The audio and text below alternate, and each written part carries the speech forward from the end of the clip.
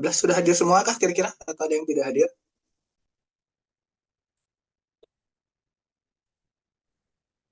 Sudah 80% Ustadz. Sudah 80% ya. Kita mulai aja ya. Sudah jam 23.3. Sebentar, saya share screen.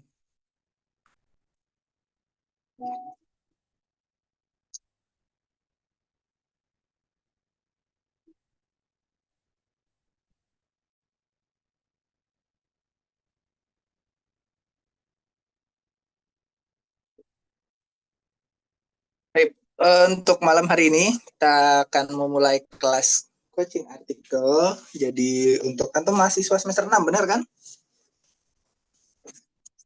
Ya Ustadz. Ya, jadi kita bikin santai aja karena ini bukan perkuliahan formal. Jadi antum kalau mau di tengah pembahasan ada yang mau ditanyakan, boleh ditanyakan. Silakan open mic aja. Hanya sembuh kakak minum atur Sebelumnya saya mau tanya, antum tahu jadwal, antum sudah tahu jadwal pengajuan tugas akhir? satu kapsul aja kakak dalam sehari. Ustadz. Itu siapa? Di mute dulu.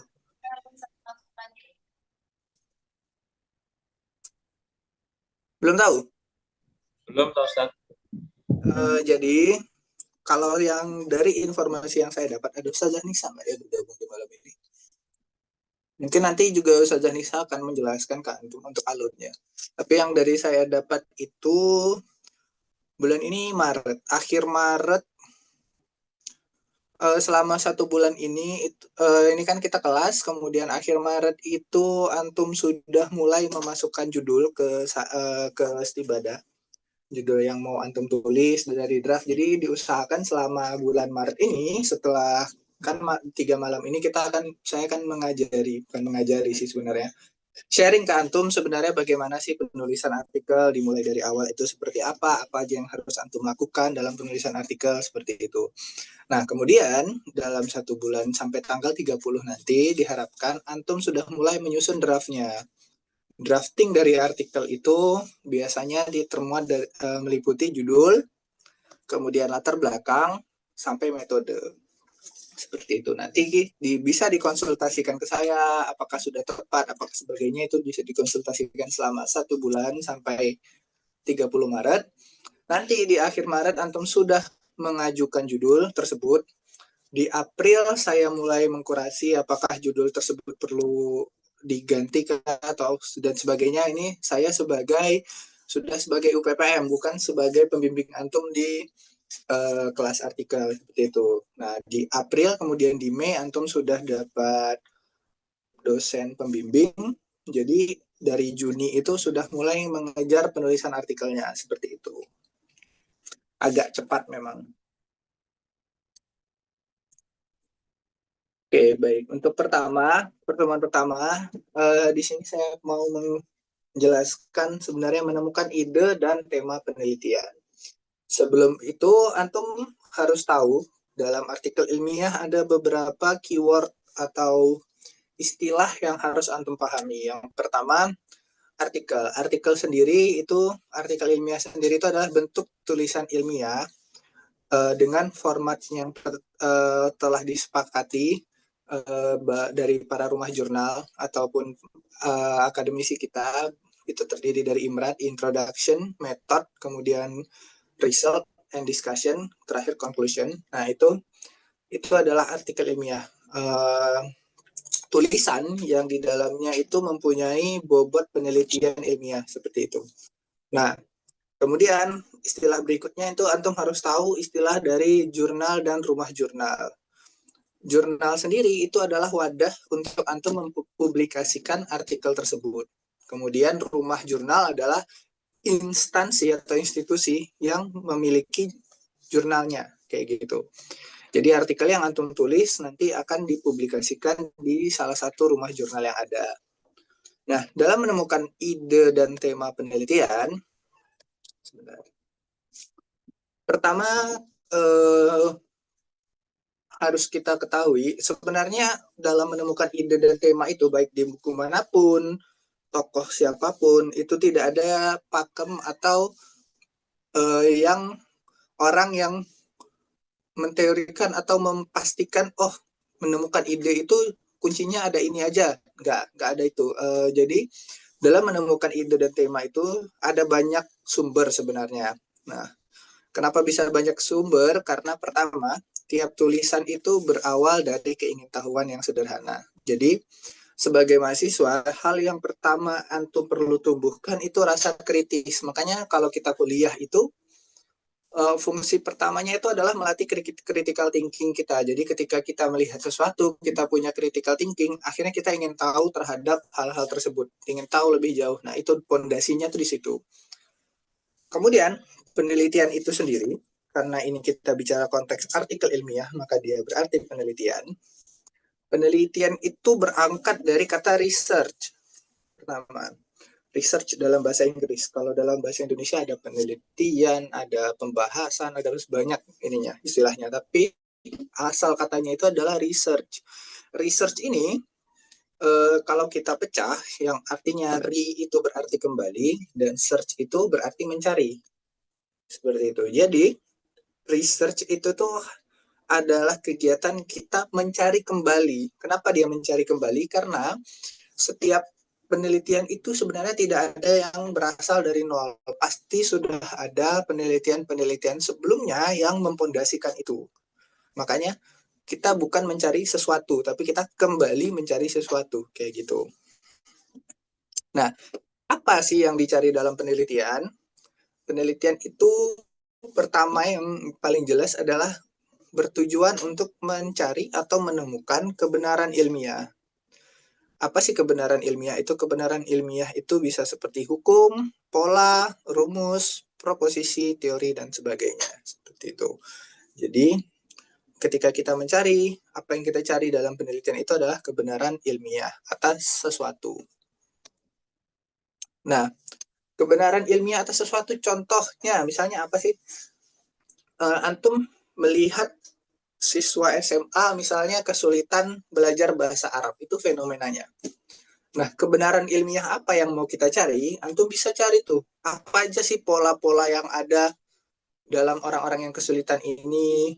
Apa sih sebab akibatnya itu masuk ke dalam hukum? Hukum itu sebab akibat itu termasuk hukum, seperti itu. Apa sih teorinya dalam pembelajaran bahasa Arab sehingga apa yang miss ketika di siswa sekolah itu sampai mereka kesulitan belajar bahasa Arab. Nah, itu antum mencari kebenaran ilmiah dari hal tersebut. Jadi ada fenomena, antum cari kebenaran ilmiahnya. Kemudian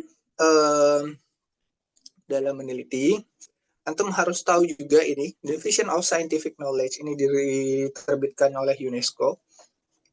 Jadi kita dulu dahulunya itu hanya punya dua scientific knowledge atau pengetahuan kita itu hanya dibagi dua, natural science sama social science. Kemudian dipecah oleh UNESCO jadi tiga, natural science, social science, human science. Sekarang yang terbaru adalah dipecah 5. Ada natural science yang itu terdiri dari fisika, biologi, kimia, astronomi, geografi, dan lainnya. Kemudian social science. Social science itu apa aja sih? Sosiologi, kemudian antropologi, politik, histori atau sejarah, pendidikan, ekonomi. Nah, itu social science. Jadi science yang arahnya atau topiknya itu berhubungan dengan sosial. Kemudian ada human science, keilmuan terkait dari apa yang berangkat dari manusia. Contohnya language, bahasa, literatur, itu sastra, kemudian art, seni, kemudian retorik, dan sebagainya. Kemudian ada formal science, ilmu formal atau angka yang itu bisa dihitung dengan angka pasti, seperti matematika, aritmatik, statistik, seperti itu. Kemudian applied science itu ilmu terapan. Ini ada civil, engineering, mechanical. Ini lebih ke teknik. Kemudian terakhir itu ada religious studies. Religious studies itu mungkin beberapa dari antum juga pasti punya peminatan di sini. Itu ada terkait contoh studi Islam, kemudian Quran hadis, hukum Islam, kemudian pendidikan agama Islam. Nah, itu masuknya ke religious studies. Nah, Pertanyaannya, kita sebagai PBA, karena antum PBA, maka tugas akhirnya itu wajib ada di ranah PBA. Karena itu fungsinya adalah membuktikan keilmuan antum selama berkuliah. Nah, PBA itu berdiri di mana sih? Nah, PBA itu berdiri dari dua ilmu ini. Pertama social science, kemudian human science. Apa social science-nya? Social science-nya itu di education, pendidikan. Apa human science-nya? Itu di language, di bahasa. Jadi ketika kita bilang PBA, PBA itu pada dasarnya itu interdisipliner. Karena dia menggabungkan ilmu tentang pendidikan, kemudian ilmu tentang bahasa. Makanya dia disebut dengan language education. Nah, di dalam language education itu ada Arabic education, ada English education. Kalau dia pendidikan bahasa Jepang berarti Japanese education, seperti itu. Jadi pendidikan bahasa itu letak ilmuannya di mana? Itu dia gabungan dari social science dan human science, di mana ada pendidikan dan bahasa, seperti itu. Sampai di sini ada yang mau ditanyakan? Atau kurang dipahami? Nah, ini kan pendidikan bahasa adalah bidang interdisipliner yang menggabungkan kajian bahasa atau humaniora dan ilmu pendidikan sosial untuk memahami dan mengembangkan proses belajar mengajar bahasa. Nah, ini yang saya sebutkan tadi, dari mana datangnya ide penelitian. Jadi, memang tidak ada seorang pun yang mengatakan secara pasti ide penelitian itu datangnya dari 4 hal ini, atau dari 3 hal ini, atau dari 5 hal ini. Itu nggak ada. Tapi secara umum, memang ini yang saya petakan, penelitian itu berasal dari 5 hal ini. Jadi ketika antum sekarang, kalau saya tanya, mau neliti apa? Wah, masih bingung, belum tahu, belum dapat idenya. Nah, antum bisa coba cari dari 5 hal ini untuk mencari ide penelitian. Yang pertama itu keresahan pribadi.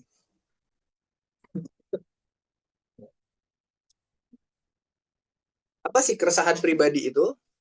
Jadi keresahan pribadi itu adalah kondisi di mana ketika ide itu muncul dari pengalaman atau kebingungan pribadi sebagai antum itu sekarang pendidik kah, atau mahasiswa kah, atau pelajar, seperti itu. Contoh dari keresahan pribadi ya. Saya itu asalnya bukan dari PBA. S1-nya di sastra, kemudian S2-nya juga di sastra Arab. Kemudian saya mendengar orang-orang di PBA itu menganalisis ketika guru atau murid itu berpindah bahasa dalam pembelajaran. Jadi kadang dia bahasa Arab, kadang dia bahasa Inggris, atau kadang dia bahasa Arab, kadang dia bahasa Indonesia dalam satu ruang. Mereka menggunakan teori code switching istilahnya.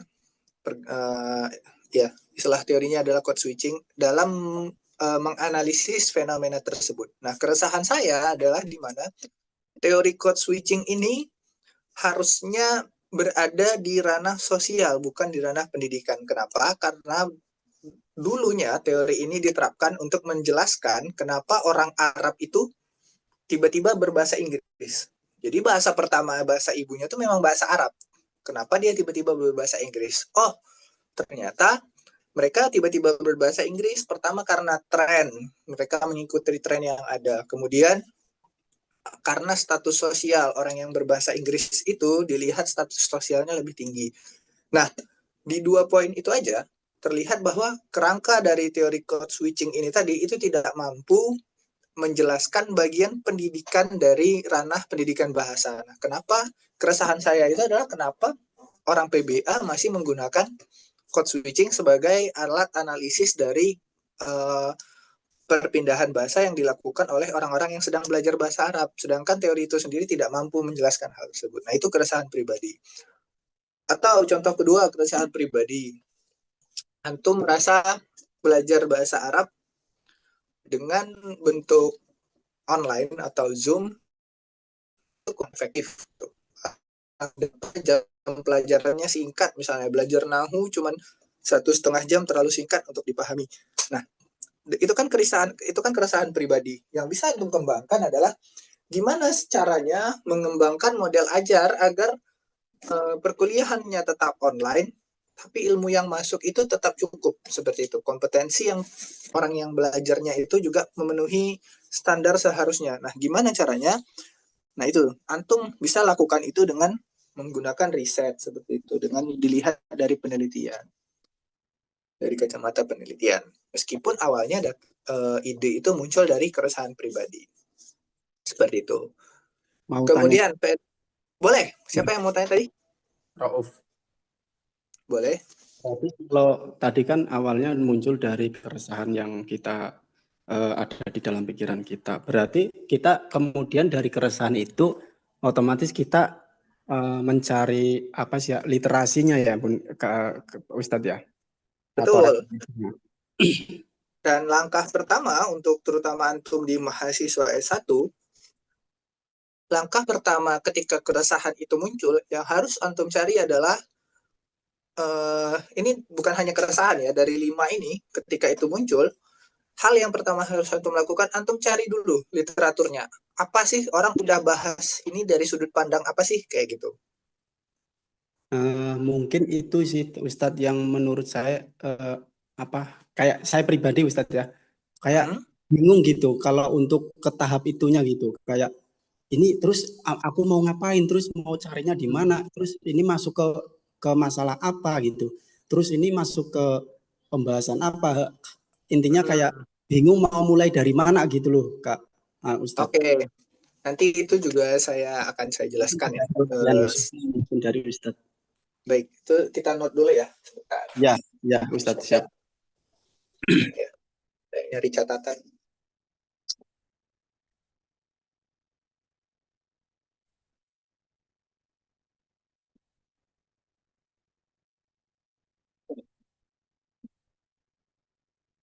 Berarti kebingungannya ketika sudah ada ide yang muncul, terus dikembangkannya bagaimana gitu ya. Ya Ustadz, seperti itu yang saya rasakan. Oke, saya note dulu ya. Dan memang kalau apa namanya, sangat perlu banget sih kalau saya pribadi kan memang masih awam, kuliah juga masih ini juga. Jadi kayak kalau nggak ada yang menuntun itu kayak kebingungan gitu. Oke, oke, Apalagi online gitu kan. Jadi kayak sosialisasinya mungkin agak kurang lah gitu. oke. Itu saya note dulu, nanti akan saya jawab lagi. Kemudian, kita lanjut dulu ya. Kemudian setelah keresahan pribadi itu ada namanya fenomena empiris. Jadi kalau misalnya antum ternyata selama berkuliah, selama menjadi mahasiswa, atau selama antum yang misalnya ada yang jadi guru, selama menjadi guru antum nggak ada keresahan pribadi nih terhadap apa yang ada. Lalu dari mana sih carinya? Bisa dari fenomena empiris. Fenomena empiris itu apa? Itu adalah pengamatan antum terhadap situasi nyata yang bisa dijelaskan secara ilmiah. Contoh fenomena empiris itu adanya sekarang tren penggunaan AI. Itu fenomena empiris tuh. Bisa kita jelaskan secara ilmiah. Nah, dari fenomena empiris, ini lagi-lagi kita kembangkan, kita baca literatur yang ada. Oh, ternyata misalnya ChatGPT aja. Ternyata belum ada orang yang meneliti bagaimana penggunaan ChatGPT ini secara legal untuk penulisan eh, penelitian ilmiah misalnya.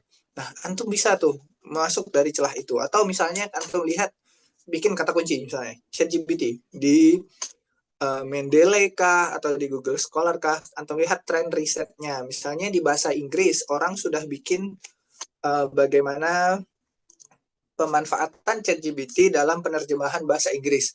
Itu kan baru di bahasa Inggris. Nah, antum bisa terapkan hal yang sama di bahasa Arab kalau memang belum ada yang meneliti hal tersebut seperti itu. Itu contoh penggunaan dari fenomena empiris.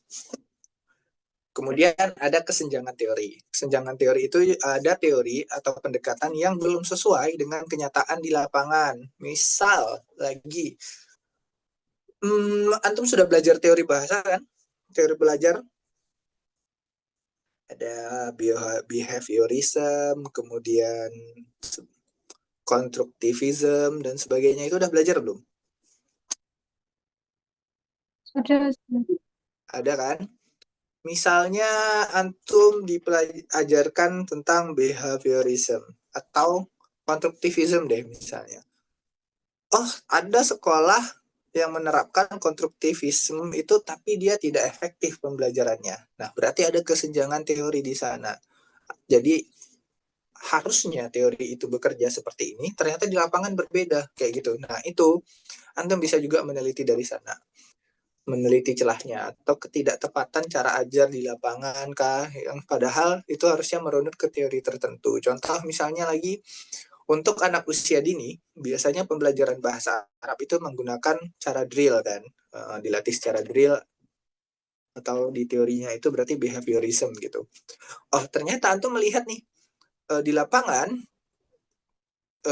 cara ajar atau cara mengajar guru itu belum sesuai dengan si teori behaviorism ini. Dia tidak mempraktekkan metode drill ini misalnya. Nah di situ antum bisa masuk. Masuknya dengan misalnya implementasi metode belajar behaviorism pada sekolah bla bla bla bla. Nah, itu antum bikin kelas eksperimen, kemudian antum bikin kelas kontrol, antum bandingkan. Sederhana sebenarnya, kayak gitu. Kalau memang sekolah yang menjadi target antum ini dia belum menerapkan hal tersebut. Itu dari kesenjangan teori.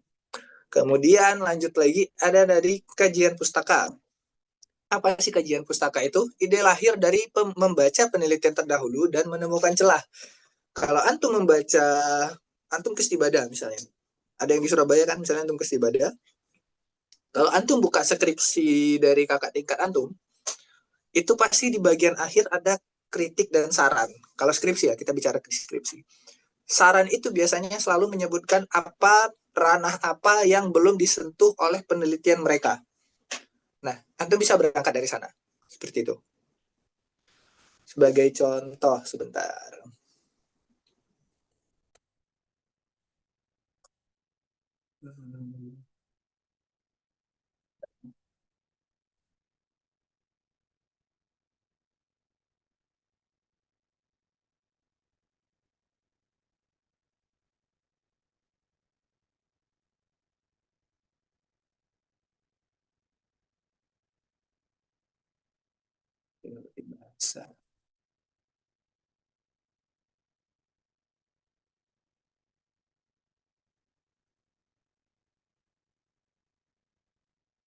Nah, ini artikel yang saya publikasi di Sinta 3 terkait pembelajaran bahasa pembelajaran berbasis digital dalam mencegah fosilisasi bahasa Arab.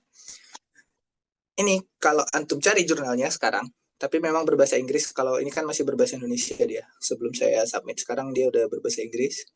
Nah, kalau kita scroll ke bawah,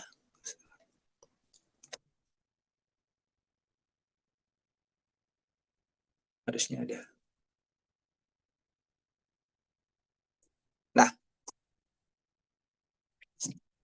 di conclusion itu saya menyebutkan meski di sini saya menyebutkan kesimpulan dari penelitian saya gitu.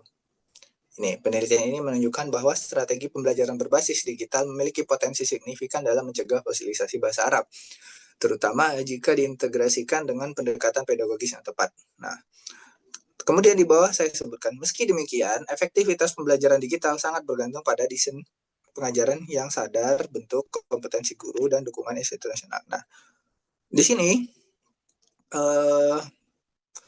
ketika saya katakan meski demikian, efektivitas pembelajaran digital sangat bergantung pada desain pengajaran yang sadar, bentuk, kemudian kompetensi guru dan dukungan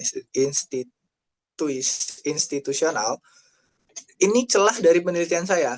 Di penelitian saya ini saya tidak menyebutkan berarti bagaimana sih sebenarnya efektivitasnya. Berarti antum bisa berangkat dari sini mengembangkan hal yang sama. Antum teliti nih efektivitas pembelajaran berbasis digital dalam mencegah fosilisasi bahasa Arab. Kayak gitu.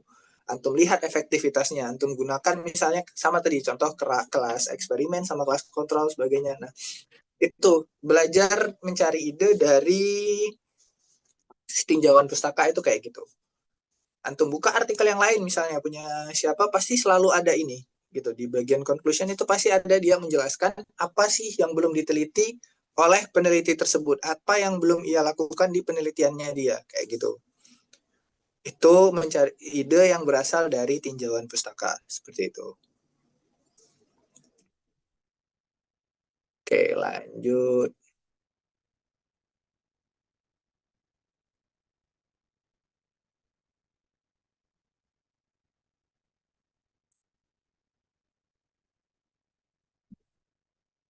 Nah, yang terakhir isu aktual. Isu aktual itu isu-isu baru dalam dunia pendidikan dan masyarakat. Contoh isu sekarang di dunia pendidikan kita adanya kurikulum berbasis cinta. Nah, untuk bisa tuh bagaimana implementasi kurikulum berbasis cinta ini dalam pembelajaran bahasa Arab misalnya.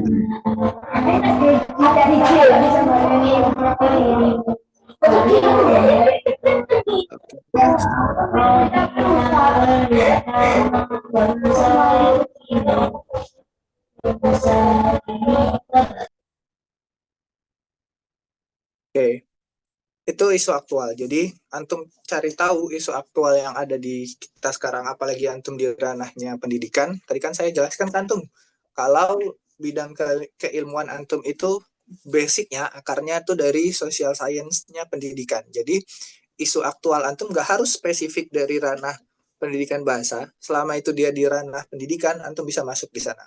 Kayak gitu. Di sekarang itu kalau Indonesia, pertama isu aktualnya itu bagaimana transformasi ke kurikulum cinta, kemudian bagaimana riset berdampak. Nah, itu di situ ranah yang bisa dimasuki ke PBA. Lanjut, framework for finding research ideas undergraduate. Nah, ini cara antum tadi yang ditanyakan oleh siapa tadi yang bertanya? Maaf, saya lupa. Pak Rauf ya? Rauf ya, Abdul Rauf ya? Ya.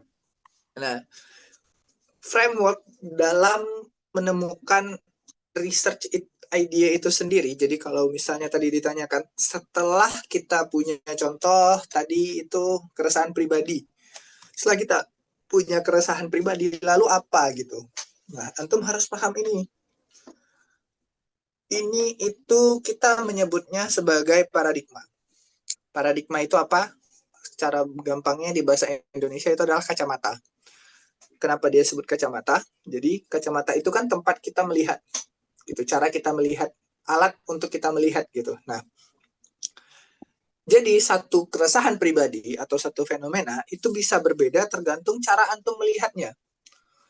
Contoh gini, ada kejadian kebakaran misalnya di area Jakarta. Di kejadian kebakaran ini, kalau antum lihat dari satu sudut pandang tertentu atau kacamata atau paradigma tertentu, antum bisa cari tahu nih, kira-kira penyebab kebakaran ini apa ya? Nah, itu. Atau beda paradigma lagi. Ada lagi yang lain mencari tahu kira-kira kerugian yang diakibatkan oleh kebakaran ini berapa. Atau kira-kira korban yang meninggal kebakaran ini nih karena kebakaran ini tuh jumlahnya berapa. Atau lagi, beda lagi, bahkan misalnya bagaimana sih sebenarnya masyarakat di Jakarta memandang kebakaran ini? Apakah sebagai fenomena mistis, ataukah sebagai kelalaian, ataukah sebagai apa hal yang direncanakan oleh orang tertentu kayak gitu. Nah, itu cara memandang atau paradigma. Nah, di ranah S1 antum perlu paham 2 paradigma aja sih cukup. Sebenarnya ini kan ada 3. Sebenarnya paradigma itu ada banyak banget. Ada 8 kalau nggak salah. Nah, antum cukup punya pandangan di 2 ini, di positivistik dan di interpretatif. Apa sih positivistik itu? Positivistik itu adalah cara berpikir yang itu mencari hubungan sebab akibat, causal relationship antara variabel. Jadi tadi saya bilang, ketika ada sesuatu atau antum punya keresahan, yang antum cari adalah hukum sebab akibat di sana. Misal ada sekolah A, MTSA, dia siswanya ternyata pinter banget bahasa Arab.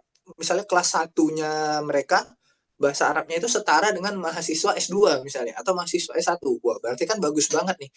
Ketika antum berpikir secara positivistik, maka yang antum cari itu hukum sebab akibatnya. Gitu. Nah, hukum sebab akibat inilah di mana titik antum mempertanyakan apa sih penyebab mereka bisa seperti itu, atau sebab akibat yang lainnya, misalnya bagaimana sih efektivitas pembelajaran di sekolah mereka kalau dibandingkan dengan sekolah yang lain. Nah, itu tuh hukum sebab akibat semua di sana.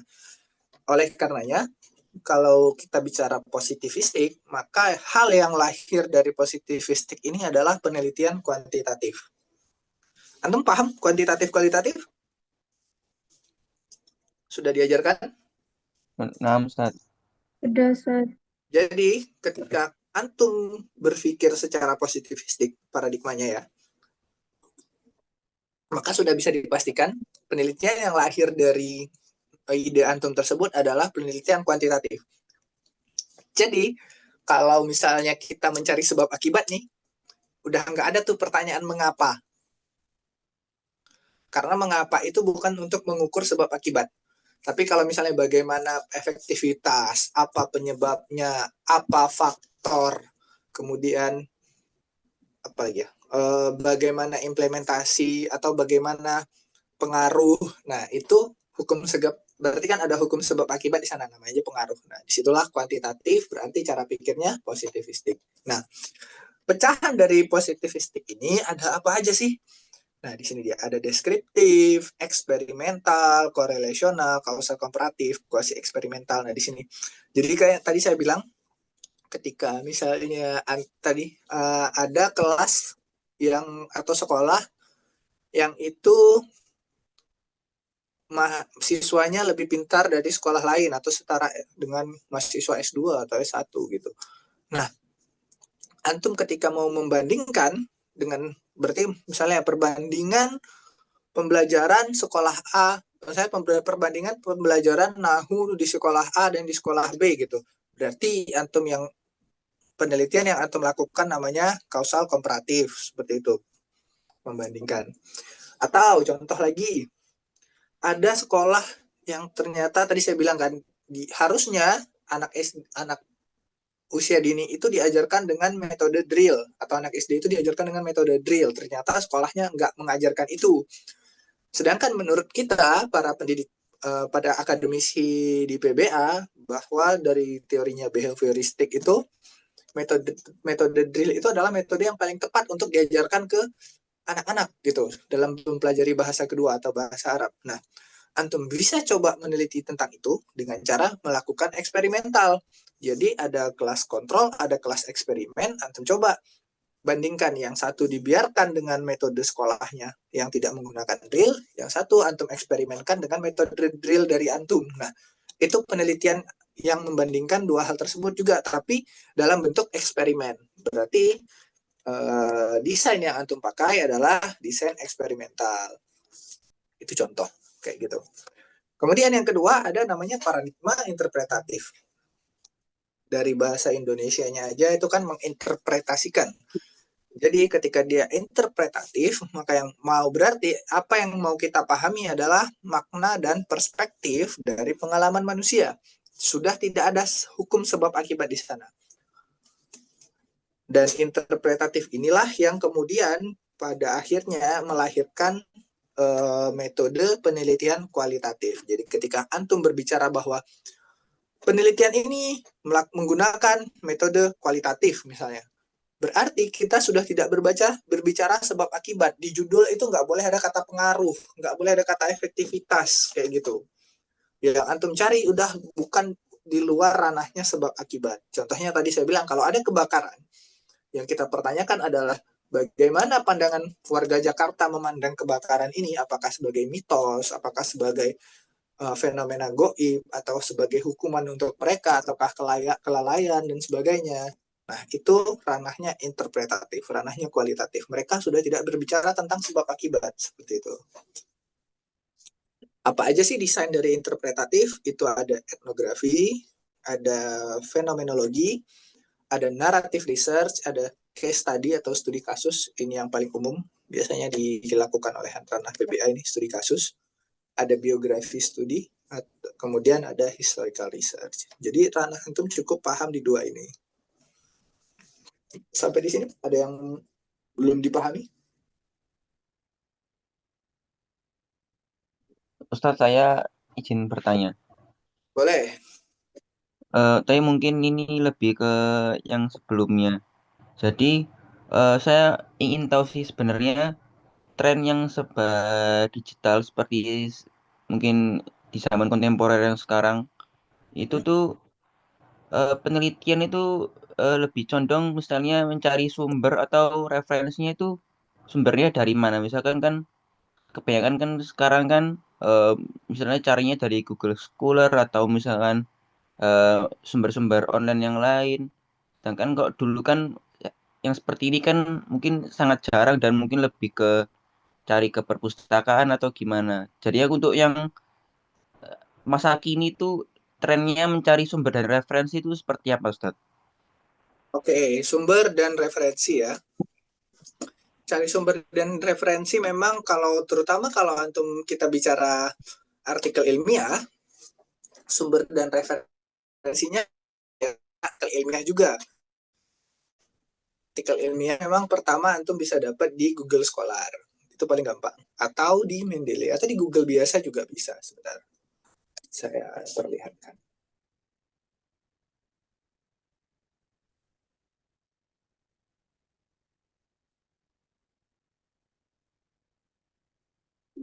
Itu merahnya di pagi hari sayang, birunya, putihnya di malam hari ya. Merahnya di pagi hari, putihnya di malam hari sayang. Masing-masing satu kapsul aja. Nah, kalau sedang berpuasa, berarti setelah sahur, kakak minum satu kapsul yang merah. Nanti setelah berbuka, kakak minum satu kapsul yang putih ini ya. Sayang, kakak Nanis, ini tuh bisa banget untuk mengencangkan kulit serta memudarkan flek hitam dan mencerahkan kulit. Kalau pengen kulitnya kencang, kulitnya cerah, bebas flek hitam, bebas kerutan, kakak minum merah sama putih ini sayang.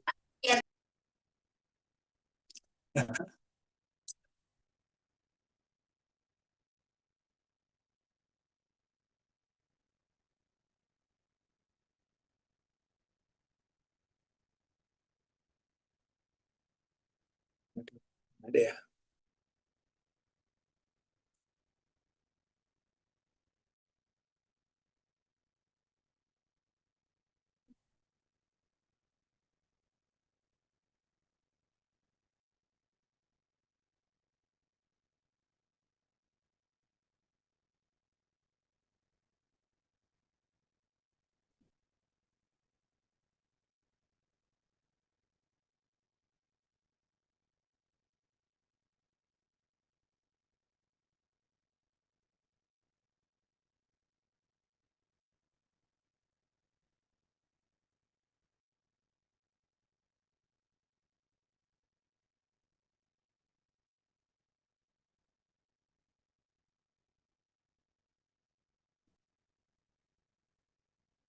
Nah, pertama contoh di Scholar. Antum bisa cari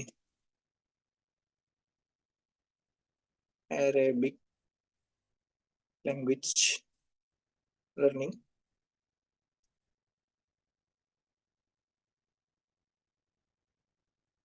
Kalau saya biasanya melakukan pencarian dari Google Scholar, bisa dari kalau Google Scholar itu juga karena biasanya dia yang dia keluarkan itu penelitian terbaru seperti itu. Bisa dari sini atau Mendeley itu sebentar, Mendeley itu udah bisa diakses belum? Tapi bahasa Inggris ya Ustadz ya. Nggak harus sih biasanya, coba kita coba ya pembelajaran bahasa Arab. Kesulitan.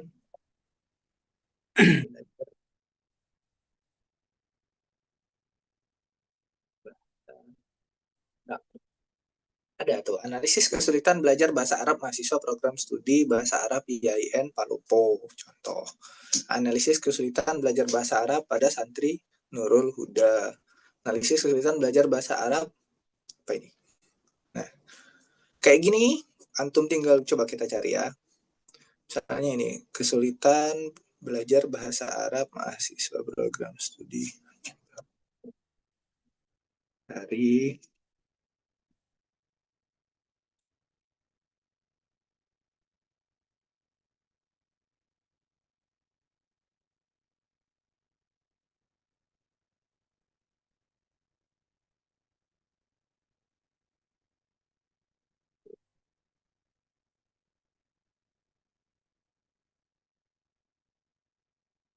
bahasa apa dia bahasa Indonesia. Nah, antum bisa lihat di sini kan dia menganalisis kesulitan belajar bahasa Arab di IAIN Palopo. Kita lihat ke konklusi.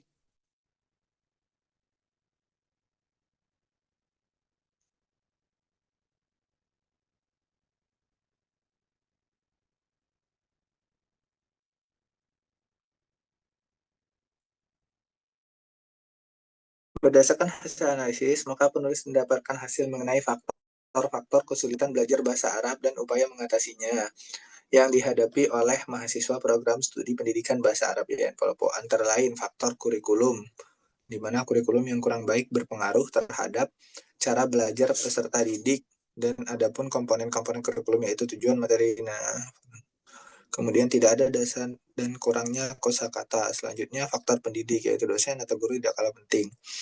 Nah, ini dari sini antum bisa kembangkan hal yang sama. Contoh, karena kan gini, di penelitian itu kita mengenal namanya novelty. Novelty itu atau kebaruan.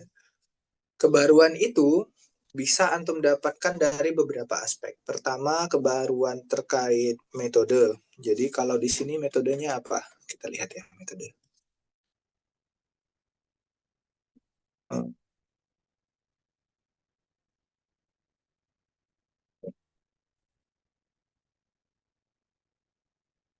Oke, kalau di sini kan dia deskriptif kualitatif misalnya. Nah, antum bisa teliti hal yang sama, tapi misalnya menggunakan metode kuantitatif. Contohnya antum membandingkan kesulitan belajar dari sekolah satu dengan sekolah lainnya. Atau metode eksperimental kualitatif, antum menerapkan satu metode ajar untuk mengatasi kesulitan berbahasa tadi. Jadi kebaruan antum yang antum datangkan pertama dari metode.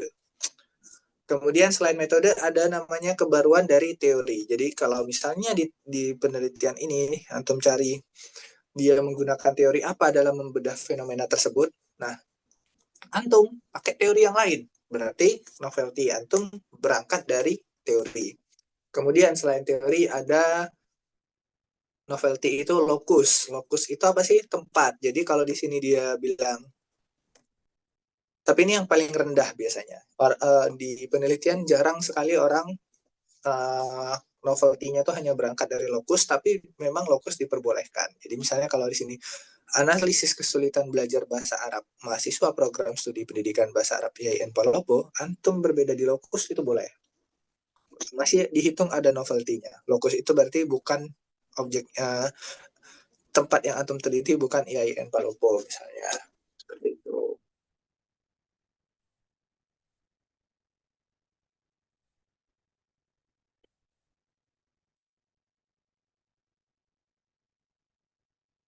Jadi itu kalau mencari riset tadi bisa dari Google Scholar atau dari Google biasa pun bisa. Kita bikin di sini misalnya di Google biasa.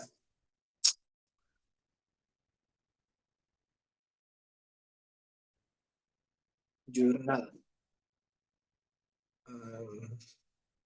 Kesulitan pembelajaran Nahu.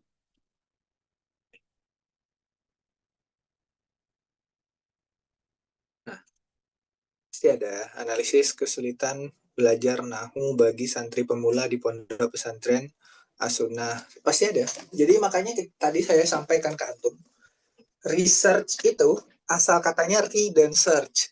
Kembali mencari, antum tidak pernah mencari dari awal. Karena kita di ranah sekarang itu pasti sudah ada yang meneliti seperti itu. Tinggal dari hal yang sudah diteliti tersebut kita cari kebaruan atau hal yang berbeda dari yang mereka sudah teliti seperti itu. Mafhum? Nah, Ustaz. Lalu Boleh? lalu misalkan kita kan ini kan misalkan kita cari-cari ya mungkin di Google atau di sumber tertentu kan kita kan bingung. Jadi apa sih misalkan indikator atau tanda suatu sumber yang kita temukan itu bagaimana cara kita mengetahui bahwa sumber ini kredibel dan validnya, Ustaz? Oke, Kredibel dan valid ya. Kalau kredibel dan valid, nah, menarik pertanyaannya. Hal yang pertama, kalau saya pribadi ya, ini bisa berbeda tapi rata-rata sih gini. Kalau untuk jurnal atau artikel ilmiah, waduh, kenapa malah situs judi yang kebuka? Oh.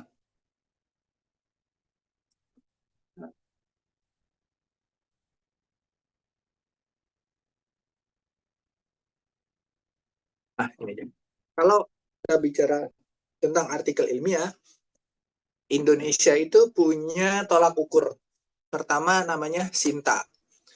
SINTA itu adalah penilaian akreditasi dari rumah jurnal. Makin tinggi sintanya, maka dia makin kredibel. Paling kredibel pertama Sinta 1, kemudian Sinta 2, Sinta 3, Sinta 4, Sinta 5, sampai Sinta 6. Nah, ketika antum contoh ini, saya punya nih, artikel analisis kesulitan belajar bahasa Arab mahasiswa program studi pendidikan bahasa Arab IAIN Palopo. Kita lihat di sini. Ternyata dia belum Sinta di sini nih. Antum bisa lihat di indeks. Indeks by Nah, indeks by ini dia cuman Garuda, Crossref, Google Scholar. Berarti dia belum Sinta. Pertanyaannya, apakah dia kredibel? Bisa dikatakan kredibel. Karena selama dia rumah jurnal, berarti dia melalui proses review dan sebagainya. Makanya, kalau antum tahu, antum nanti ketika membuat artikel ilmiah, kemudian antum publikasikan di rumah jurnal, antum dapat LOA, kemudian kan antum diuji. Harusnya di ujian tersebut antum sudah nggak ada revisi. Ujian tersebut fungsinya adalah menguji apakah antum benar-benar menulis itu atau enggak. Tapi harusnya udah nggak ada revisi karena proses revisi tersebut sudah ditanggungkan ke rumah jurnal tadi. Jadi ketika antum mendapatkan LOA atau letter of acceptance tadi, itu bahasanya artikel antum tuh sudah legit atau sudah apa ya bahasa Indonesia ya, sudah kredibel gitu karena sudah melalui tahapan dari reviewer rumah jurnalnya. Ini kan kalau ini dia nggak ada sintanya nih di indexing. Antum bisa lihat indexing. Di sini ada juga nggak ya? Oh, di sini yang nggak ada. Berarti cuma dari sini. Nih, index by. Kalau di sini index by-nya ada Sinta, nah itu baru dia kredibel. Contoh, saya kasih contoh. Semakin tinggi Sintanya, dia akan semakin bagus.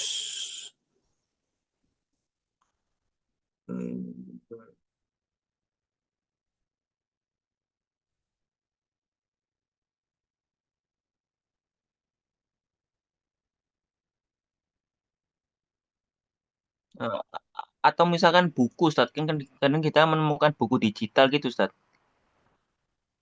Buku kalau dia punya sumber atau link yang sebentar. Nah, ini kan. Ini kalau contoh antum lihat dari sini gitu. Jangan artikel saya deh misalnya. Nah, salah satu antum kalau mau nyari tren topik juga antum bisa buka satu rumah jurnal, kemudian antum buka current-nya. Lihat tren sekarang. Publikasi nomor 25 tahun nomor 2 tahun 2025. Dia dipublikasikan di bulan Desember. Orang-orang yang mempublikasikan artikel ilmiah di bulan Desember, penelitiannya tentang apa sih? Nih, improving Arabic literacy with ChatGPT and gamification. A case study at Alif Laam Mil Islamic School. Ya. Peningkatan atau meningkatkan kemampuan bahasa dengan ChatGPT dan gamification itu gamifikasi belajar dengan menggunakan game. Kemudian nih, improving student Arabic speaking skill through flashcard based peer tutoring method. Language of the Nah, ini antum kalau dilihat dari current, antum bisa tahu nih trennya itu apa. Nih, deep learning based digital quiz. Kemudian efektivitas kontrak, ini game. Berarti tren sekarang tuh di pembelajaran bahasa Arab tentang bagaimana memadukan atau efektivitas dari teknologi itu ke kompetensi bahasa Arab. Ini ini kan digital learning, ini game, kemudian mana lagi? Kita lihat ke bawah. Udah. Nah, ini kelihatan di sini indeksnya, indeks rumah jurnal ini Sinta 3. Nah, semakin tinggi ini itu semakin bagus. Kalau sumber antum dari Sinta 1 itu juga semakin bagus. Nah, tadi kalau bicara buku, buku itu ada tempatnya sendiri. Buku itu namanya Google Book. Nah, kalau dia terdaftar di Google Book, saya bisa bilang itu valid. Contoh,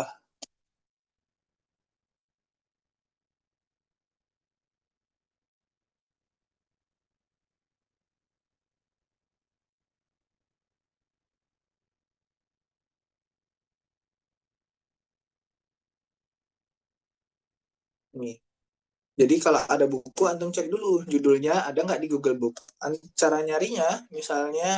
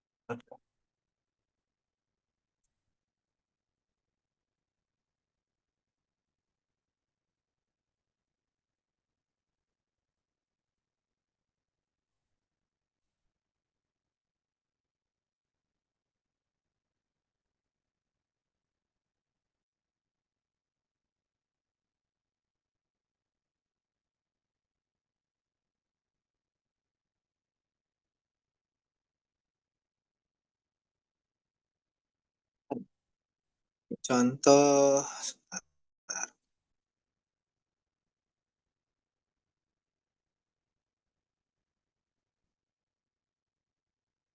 han. Nih,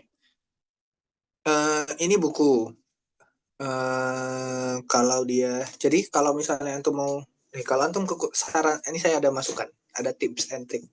Kalau antum kekurangan referensi, referensi itu gampang banget sebenarnya dapatinnya. Antum buka penelitian yang sama dengan antum, antum lihat ke daftar pustaka. Nah, dia kan pasti udah pernah publis, dia punya referensi. Nah, antum bisa pakai referensi yang sama sebenarnya kayak gitu. Nah, cara membedakannya kalau dia jurnal pasti dia selalu ada gini. Misalnya ini dari Houdin, Phonological Fossilization of Arabic Pronunciation among Malay. Nah, ini kan Educatum Journal of Social Science. Nah, berarti ini jurnal.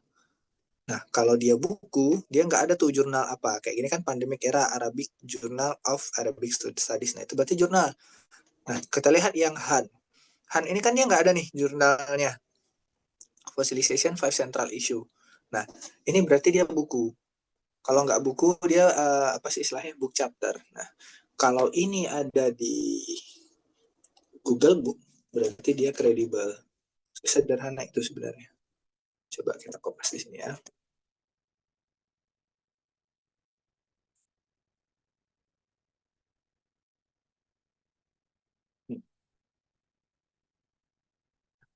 Ini dia.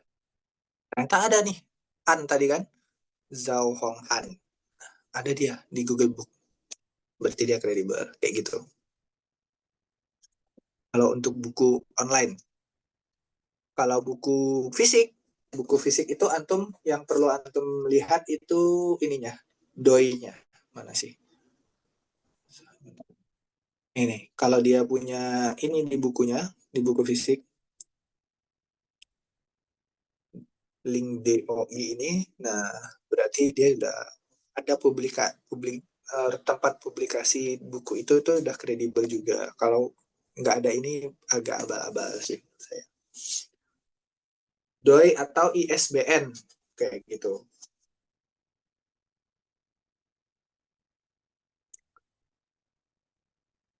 Boleh?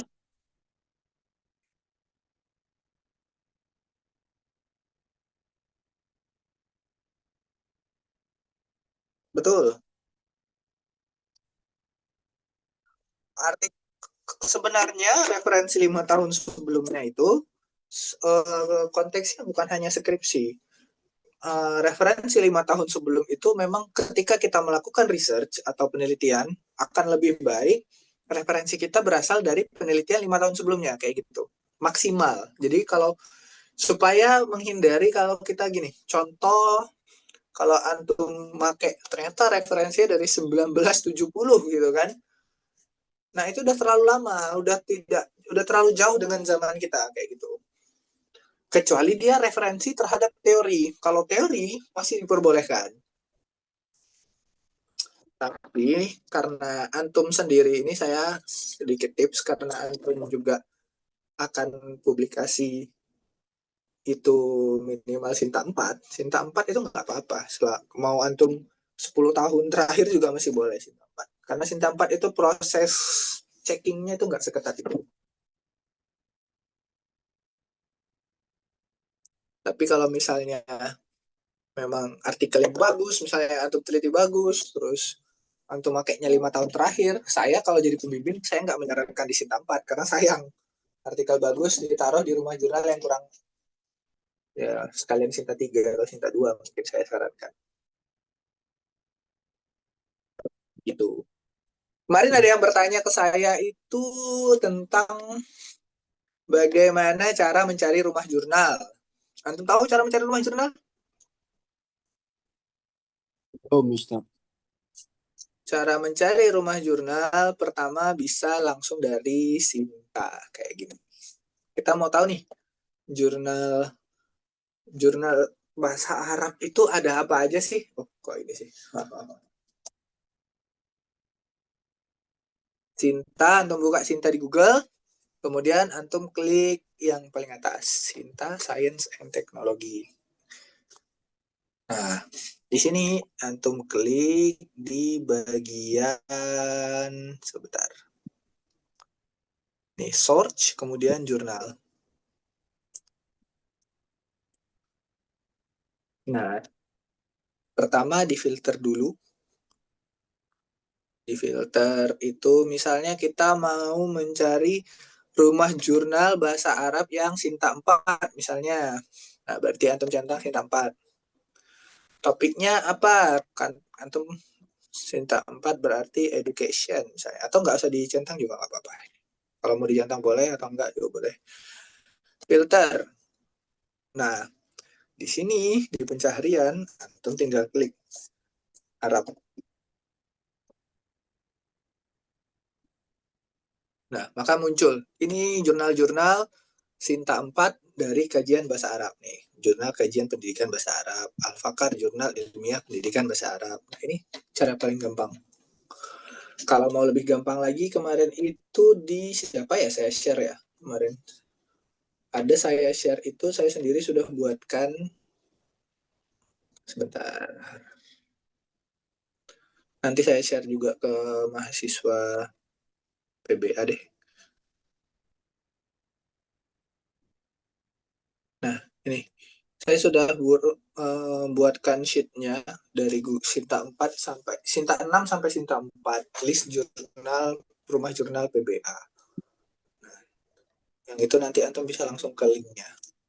Ini kan bisa kita ini kan memang masih bercampur ya semua, ada Sinta 4 ada Sinta 5. Nah, itu bisa filter Sinta 4 aja misalnya Sinta 4.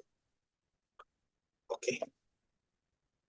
Nah, ini di spreadsheet ini antum bisa lihat publikasinya di bulan apa. Misal antum mengajukan judul di bulan April, di Mei sudah diterima.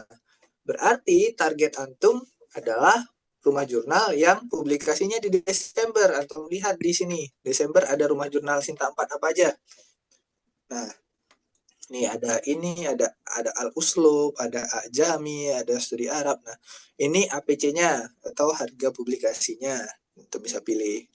Ini linknya kayak gitu. Nah, kalau targetnya Desember berarti ini saran saya.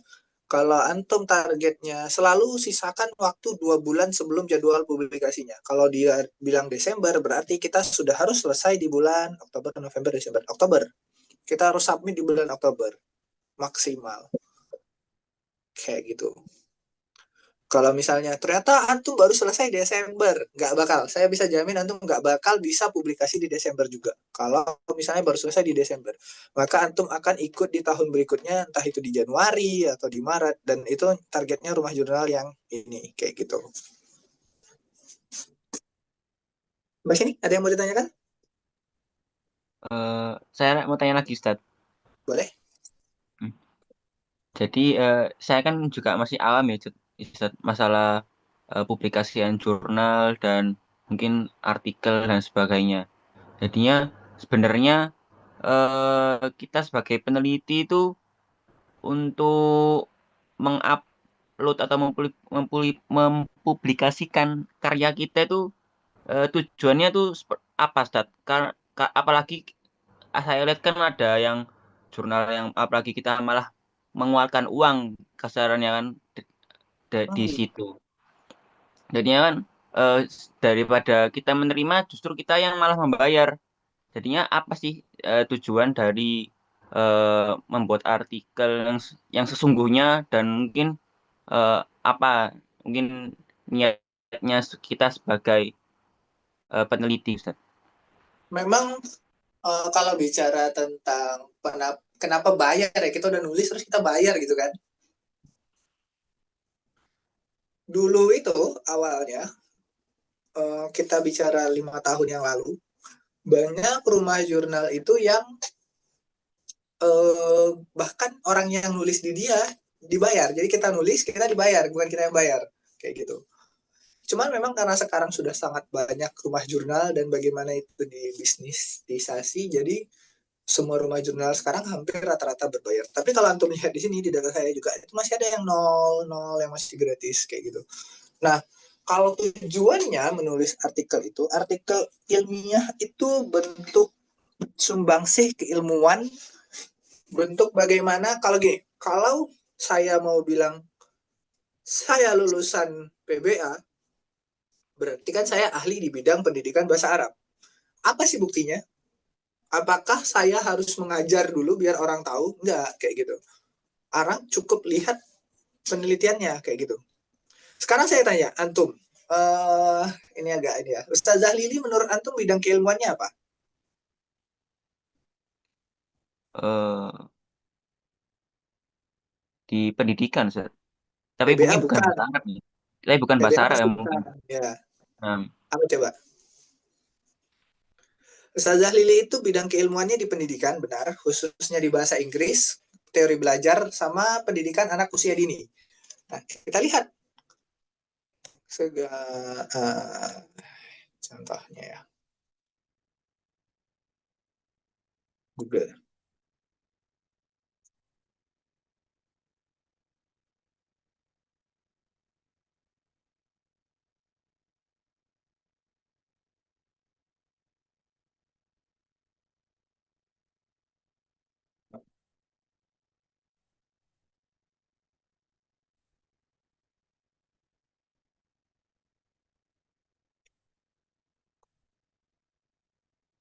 Nah, Ustazah Lili, kita lihat penelitiannya apa aja nih.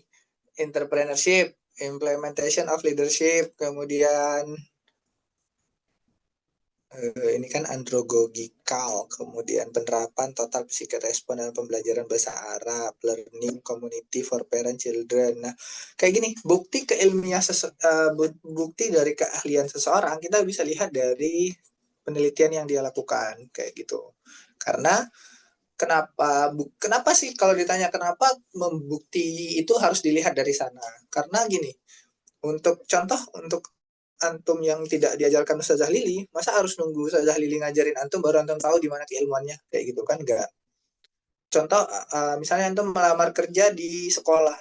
Pihak sekolah itu masa harus nyuruh antum ngajar dulu biar tahu keilmuan antum beneran di sana? Enggak, cukup lihat apa sih yang antum pernah teliti, karena melalui penelitian sebenarnya menulis itu tuh antum perlu melewati 3 tahapan bahasa lainnya. Kita bicara tahapan bahasa sekarang. Dari belum bahasa itu ada 4 tahapannya. Pertama,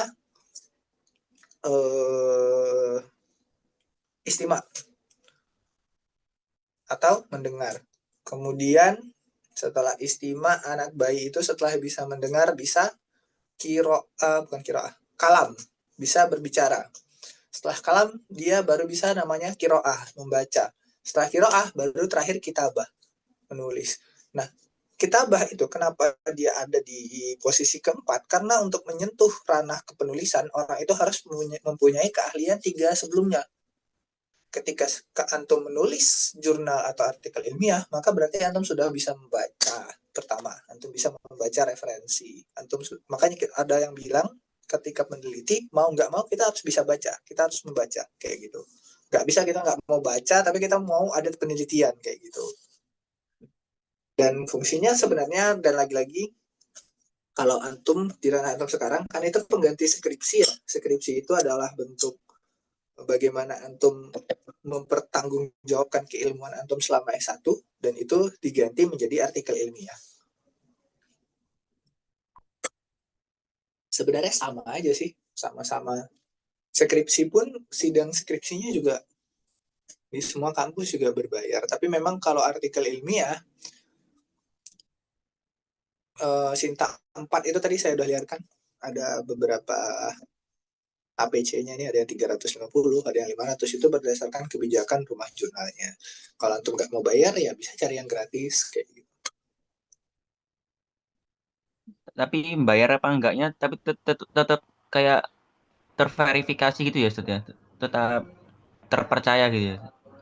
Iya, karena misal contoh ini, yang saya kirim ini, punya saya di Sinta 3 ini, nggak ketika saya kirim, terus saya bayar, terus dia publish, nggak. Saya melalui tahap revisi itu sampai 3 kali kalau nggak salah. Tetap direvisi karena mereka punya tim reviewer jurnal, dan reviewer jurnal ini adalah orang-orang yang ahli benar-benar khusus di bidangnya kayak gitu. Kalau di PBA berarti dia benar-benar ahli di PBA. Kita bisa lihat di sini sebenarnya. About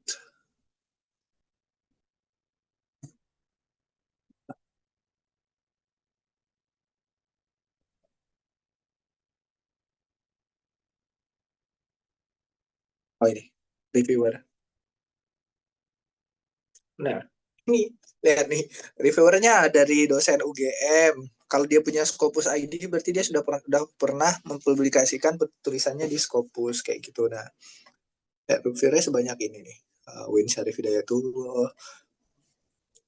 Dan ketika artikel itu publish, berarti memang sudah valid. Bukan karena antum sudah bayar, tapi dia sudah di ACC oleh reviewer rumah jurnal tersebut. Seperti itu. Dan semakin tinggi jurnal yang antum daftarkan, proses verifikasinya juga semakin sulit biasanya. Tapi memang kalau makanya untuk mahasiswa ranah S1, cuman diwajibkan minimal itu Sinta 4 kayak gitu. Nah itu Ustaz, jadinya semakin tinggi kata jenengan kan, semakin tinggi Sintanya semakin isinya kan semakin baik gitu Ustaz ya. Ya. Nah, itu dilihat dari aspek apa Ustaz? Mungkin dari sumber atau mungkin isinya itu indikatornya seperti apa, perbedaannya dari yang mungkin dari 1 atau 3 atau mungkin sebagai itu Ustaz? Yang dilihat itu kalau review jurnal, pertama kepentingan atau kebaharuan dari topik, dari judul. Sebaru apa sih judulnya gitu. Kalau judulnya tadi saya bilang kesulitan bahasa Arab, kesulitan pembelajaran bahasa Arab, itu udah banyak banget yang neliti. Ya nggak apa-apa diteliti dari sudut pandang yang lain, tapi faktanya itu sudah banyak banget yang neliti. Itu kalau ditaruh di Sinta 2 ke atas, nggak ada yang menerima kayak gitu. Karena dia kurang baru, kurang berdampak kayak gitu. Nah, kemudian setelah dia baru, apalagi sih keselarasan bagaimana antum menyelaraskan antara fenomena antum, apa yang kita pertanyakan, apa yang mau kita selesaikan, metode, hasil analisis kayak gitu. Kalau itu nggak selaras, itu juga nggak terima. Jadi makanya bisa ada artikel kita daftarkan ke Sinta 2. Oh, ternyata menurut orang Sinta 2 ini nggak mau, mereka di decline atau ditolak sama mereka karena ini kurang baru kah, atau sudah banyak yang neliti kah, atau kurang terlalu banyak kesalahan, misalnya banyak kesalahan ini kayak metodenya nggak selaras dan sebagainya. atau ketahuan full AI, nah itu bakal ditolak. Tapi kalau antum taruh di Sinta 4, biasanya dia masih mau kayak gitu. Karena proses seleksinya berbeda, karena mereka perlu menjaga, kalau kata Gubernur Kalimantan Timur itu perlu menjaga marwahnya.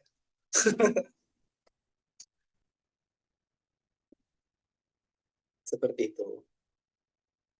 Berarti Dan ketahuan berapa tinggi critical thinkingnya itu ya Ustadz kalau betul, dari betul, jurnalnya.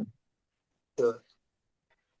Dan antum lihat ini Sinta 3 aja tuh reviewernya sudah dari UGM. Kalau Sinta 2 ke atas itu biasanya pasti ada reviewer dari luar negeri kayak gitu. Kalau Sinta 4 biasanya ya reviewernya adalah dosen-dosen biasa dari sekolah tinggi kah kayak gitu. Beda juga ranah keilmuannya, tingkat keilmuannya juga beda seperti itu. Dan kayak gini pun dia UGM nggak yang asal ambil, dia punya Scopus ID. Ketika orang punya Scopus ID berarti dia sudah pernah menembuskan tulisannya sampai di Scopus, yang itu berat lagi. Oh, berarti Scopus itu lebih tinggi daripada Sinta gitu, Kak Ustadz? Benar, karena Sinta itu ranking nasional, sedangkan Scopus itu ranking internasional. Beda. Ngapunten Ustaz, Hmm. dilanjut slide-nya Ustaz. Ngapunten. Slide-nya Ya, sebenarnya. dilanjutkan materinya Ustaz. Biar enggak lari kemana-mana ininya. Untuk sebenarnya kalau materi sebentar. Soalnya saya Materi lagi tadi fokus di slide tadi biar enggak ini. Saya memahami biar enggak. antum untuk malam hari ini harusnya sudah, karena nih, karena kan malam ini sebenarnya saya ingin menjelaskan bagaimana penulisan artikel itu antum mulai dari mana seperti itu, dan sebenarnya sampai sini, sampai paradigma tadi sudah habis. Nanti malam berikutnya saya akan jelaskan terkait nih struktur artikel ilmiah, dan nanti yang terakhir itu kita coba malam terakhir bagaimana antum menyusun judul antum seperti itu. Kalau untuk malam ini sudah cukup di sini. Ustadz Mendeley itu apa Mas Ustadz? Mendeley itu alat untuk manajemen referensi, Ibu. Jadi kalau contoh tadi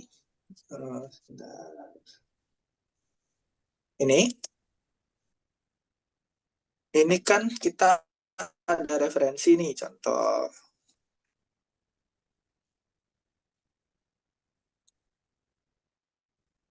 nih, ketika saya mengstatementkan atau menyebut misalnya bahasa Arab selain menuntut penguatan aspek dan fonetik memiliki dimensi spiritual budaya yang kuat. Hal ini menjadi kesalahan linguistik bukan sekedar masalah. Hal ini menjadikan kesalahan linguistik bukan sekedar masalah teknis, tetapi juga dapat mengganggu makna dalam konteks ibadah maupun komunikasi kultural. Ketidaktepatan dalam pelafalan dan penggunaan kosakata apabila tidak segera dikoreksi berpotensi menetap sebagai bagian dari interlanguage yang sulit dirubah. Nah, statement ini yang saya buat ini ya, statement ini itu bukan berasal dari pemikiran saya, tapi berasal dari pembacaan saya terhadap penelitian-penelitian sebelumnya. Nah, pertanyaannya, penelitian siapa sih yang saya baca sehingga saya mendapatkan statement ini? Nah, ini penelitian dua orang ini. Ini. Nah, untuk meletakkan dua penelitian itu, El Asmara dan Mustafa dan Vavilova dan Ben ini, itu saya nggak ketik manual dalam artian buka kurung kemudian tulis L titik koma, nggak, tapi pakai Zotero atau Mendeley kayak gitu, dia otomatis. Ustadz itu nanti juga dimasukkan ke daftar pustaka enggak kalau yang sejenis seperti itu? Iya, kalau ini contoh, ini kan Asmara dan Mustafa ya, kita lihat di daftar pustaka. Nah, kalau dia pakai Mendeley ataupun Zotero, dia otomatis masuk di daftar pustaka karena itu alat kan, dia bekerja secara sistem seperti itu, jadi nggak bakal luput atau nggak bakal ketinggalan. Berarti harus belajar juga komputer Iya, itu ya. ini kemungkinan juga akan saya ajarkan. Kalau ini kan ada Asmara El Mustafa ada di daftar pustaka. Apa judulnya? Strategi Guru Bahasa Arab dalam meningkatkan maharah kalam di MTS. Ini bisa dicari di jurnalnya sendiri. Harus belajar juga pengoperasian ya Ustadz ya. Ya, antum kan sebenarnya kalau antum di PBA juga, kita bicara soal pengoperasian kan, di PBA sendiri kan memang ada beberapa tools yang harus kita, sebagai mahasiswa sih sebenarnya secara umum ada beberapa tools yang harus kita bisa pakai. Pertama yang jelas adalah alat manajemen referensi, entah itu Zotero atau Mendeley. Antum pilih tuh, boleh Zotero, boleh Mendeley. Kalau saya pribadi makanya Zotero. Nah, kemudian setelah Zotero, antum kalau mau kuantitatif, antum harus bisa namanya SPSS. Ada kan diajarin? Iya, Ustaz. Nah, saya sama Ustazah Jihan ya. Nah, Ustaz. Iya itu. Jadi memang harus pakai alat dari sebenarnya boleh manual, tapi kalau saya pribadi bilang manual itu lebih lambat daripada otomatis kan. Alat tadi kan namanya alat. Alat itu fungsinya untuk mempermudah pekerjaan kita sebenarnya. Ustadz mau tanya ini, tadi yang Ustadz misal mau menulis pandangan yang kita hasil membaca referensi, itu berarti kata-kata atau tulisannya itu tidak harus sama persis seperti yang ada di literatur yang kita baca gitu. Iya, betul. Kalau sama persis, jatuhnya plagiasi. Plagiasi ya. Ini kalau misalnya berarti harus pintar-pintar menyimpulkan atau mengatakan ulang ya Ustaz. Ya. Contoh gini. Kalau ada memang, tapi gini, ada beberapa yang tidak, misalnya gimana ya, saya jelaskan. Kalau teori itu kan berasal dari tokoh tertentu. Yang kita taruh di penelitian kita, di tulisan kita adalah statementnya langsung dari pemilik teori. Berarti kutipan langsung, itu nanti pakai tanda petik. Itu sama persis nggak apa-apa. Karena ya memang itu yang dia sebutkan dalam teorinya gitu. Tapi kalau hasil dari penelitian terdahulu kayak gitu, nah itu bentuknya nggak boleh sama. Karena kalau sama dia nanti jatuhnya plagiasi. Seperti itu. Berarti Mendeley ini ada aplikasi atau seperti apa? Ya, aplikasi Bu, aplikasi Mendeley namanya. Dari mana dapatnya? Dapatnya antum bisa download sendiri. Sebentar. Saya tuh mau ngajarkan antum penggunaan Mendeley atau Zotero sebenarnya di kelas ini, entah di hari kedua besok atau hari ketiga. Tapi saya ragu karena saya uji coba di UKM dulu, itu malah pada nggak ngantuk dan tidak memperhatikan ya, karena kan sangat teknis kan cara penggunaannya. Ini antum nggak klik Mendeley. Mending kita fokus yang itu aja dulu Ustaz. Ya, mungkin. Download for Windows. Zotero pun sama. Aplikasi dia free. Tuh, begitu. Kalau saya pengen sebenarnya ngajarin, atau yang di Surabaya bertemu saya langsung kalau mau tanya juga bisa. Tapi kalau online itu, karena saya udah uji coba ya di kelas UKM dan malah ngantuk kayak diajarin cara pengoperasian alat gitu.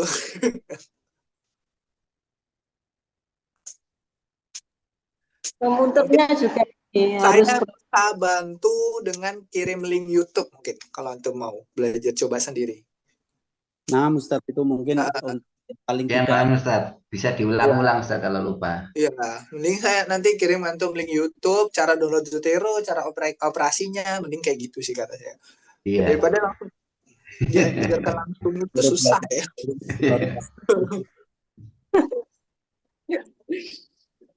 Iya, betul. Dan yang perlu antum saya ingatkan sekali lagi, 5 ide ini tidak akan berkembang jadi apapun kalau antum tidak mempunyai yang tadi ini.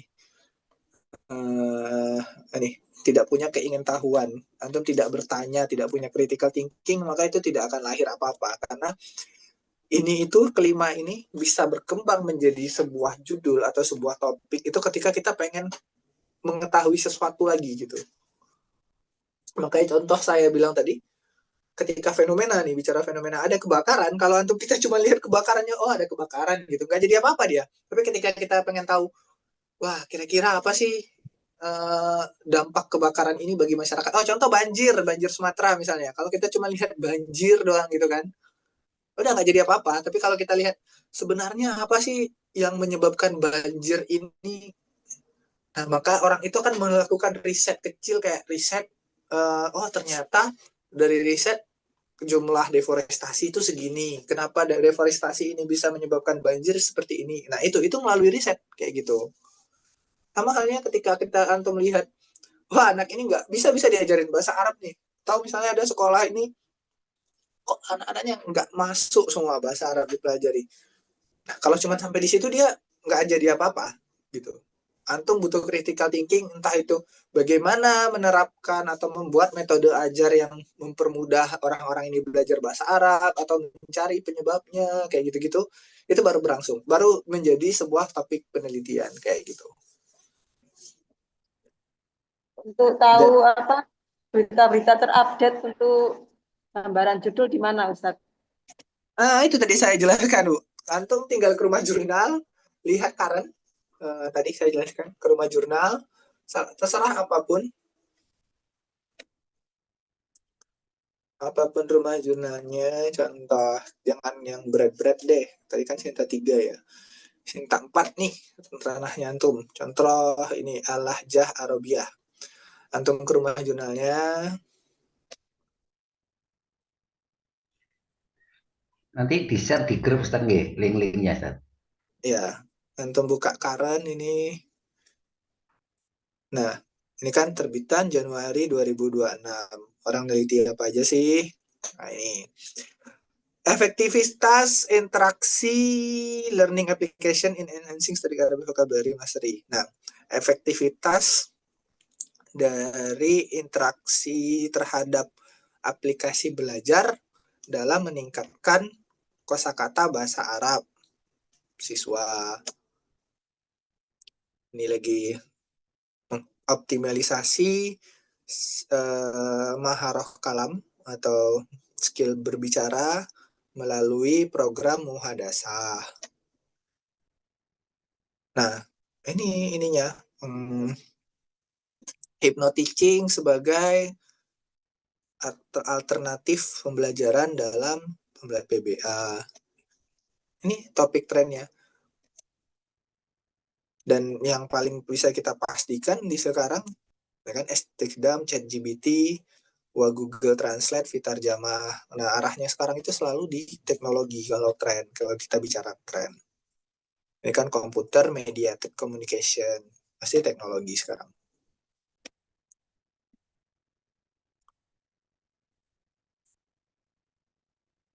Bingung kurang di sini, buka rumah jurnal yang lain. Al-Fusha.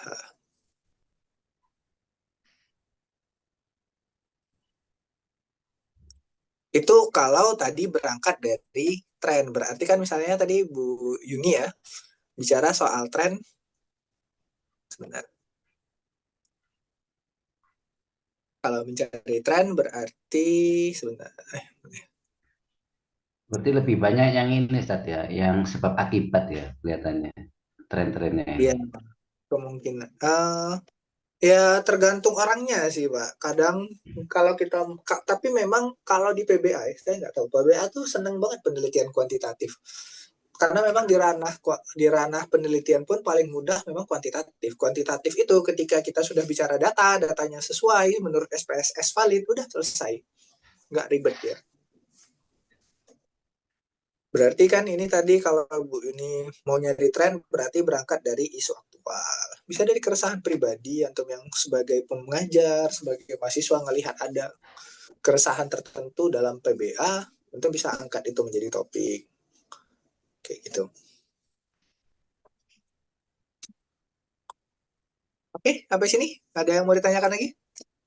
kemarin itu ngapunten Ustaz. Hmm? Itu judul penelitian saya itu kan dua sudah di ACC sama Ustaz Zalili. Itu metodenya pakai kualitatif. Itu Hmm. berarti yang menggunakan yang mana Ustaz yang ini? Selain keresahan pribadi itu kan atau yang apa namanya tadi? Sosial apa tadi? Human sosial. Kalau dia apa judulnya, Pak? Sama studi case dari sebentar. Studi kasus. Kalau studi kasus ini tadi ya, kan ini di sini dia nih, studi kasus.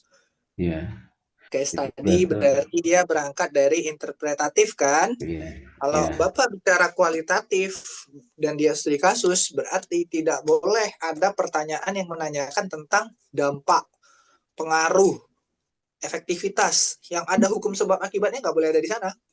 Ya, berarti yang pakai interpretatif ini nggak Ustaz ya? Ya, makanya interpretatif seperti itu. Ya, jadi yang judul yang kedua itu pendekatan kualitatif terhadap ceramah sholat Jumat gitu Ustaz. Itu berarti masuk di Pendekatan kualitatif. ya efektivitas struktur dan teknik pidato dakwah Islam, pendekatan kualitatif terhadap ceramah sholat Jumat di Masjid Nur Iman Nah, Surabaya ya. kayak gitu Pak. Di judul ada efektivitas, tapi ada kualitatif. Sebenarnya nggak match dia, kayak gitu.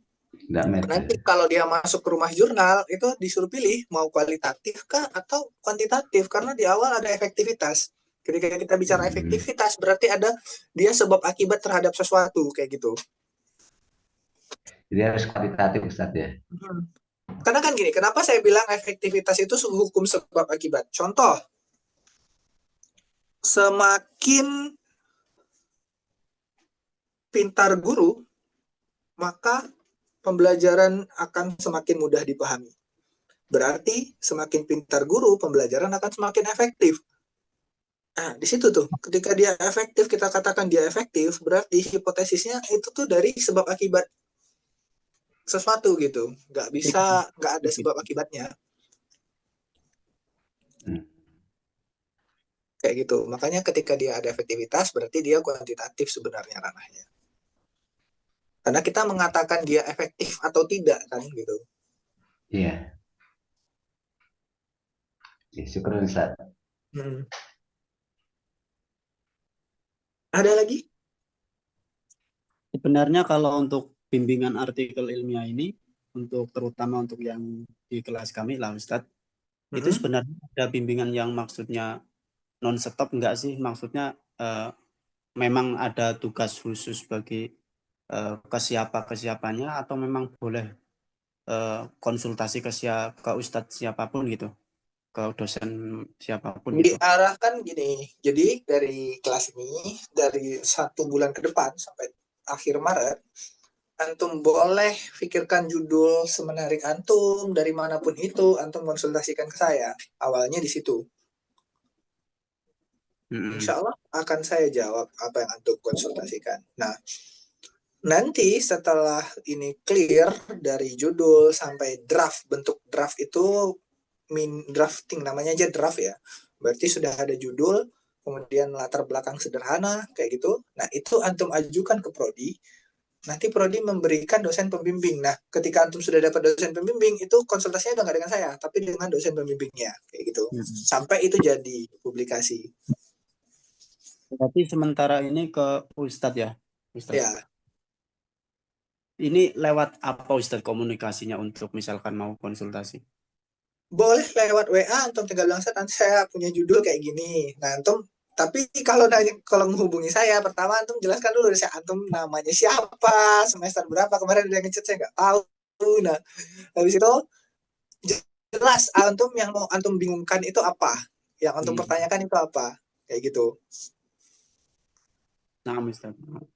Tanyakan aja, nggak apa, saya jawab. Kemudian misalnya akan lebih bagus lagi itu udah tersusun misalnya latar belakangnya apa. Nanti di hari kedua deh saya akan kasih contoh draft. Jadi bagaimana menyusun draft penelitian itu di hari besok deh saya kasih tahu.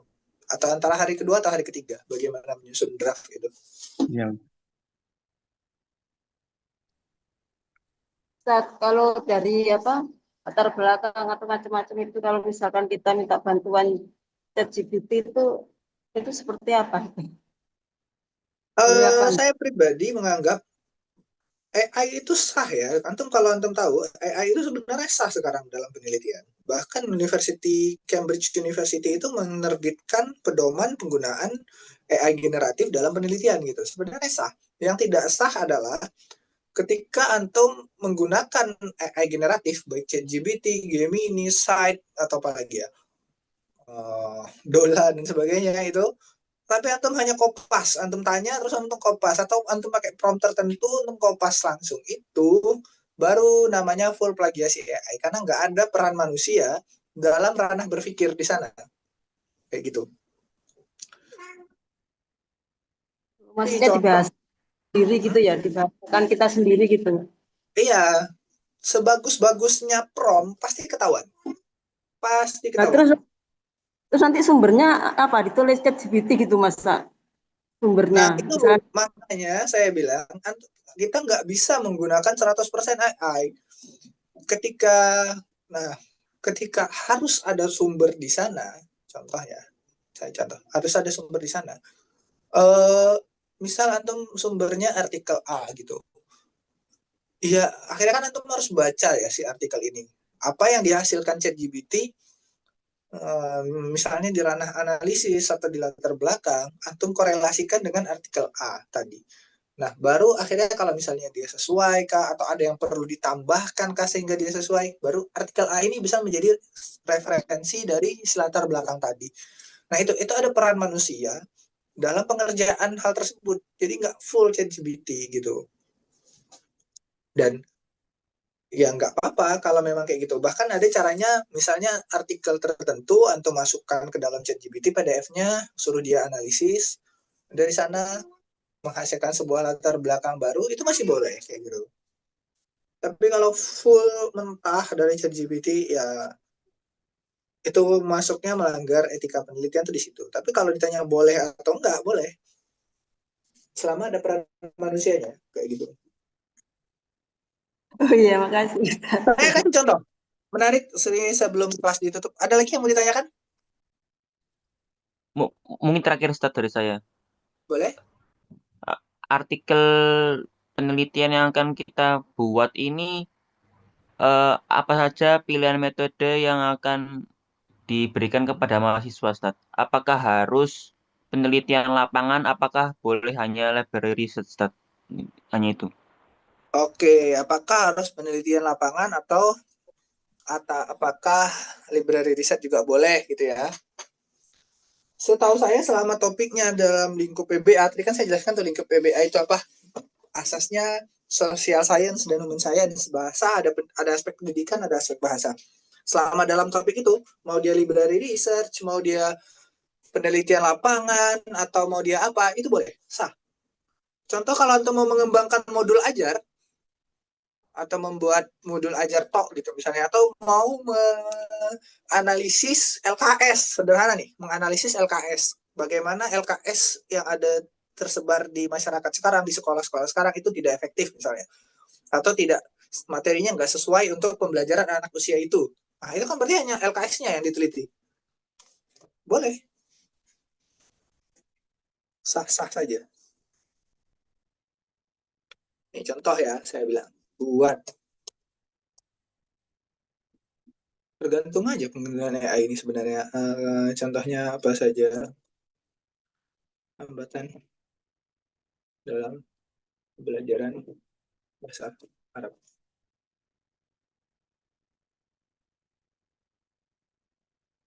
Oke.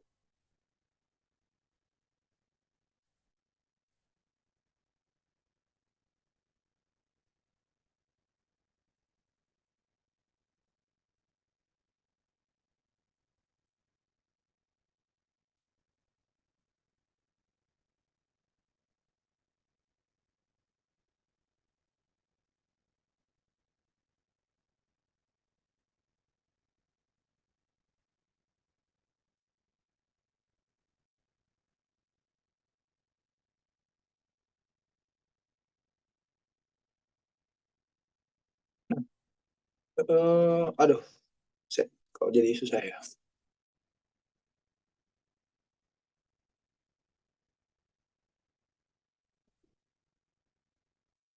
Konsensus dalam membuat citasi pada setiap.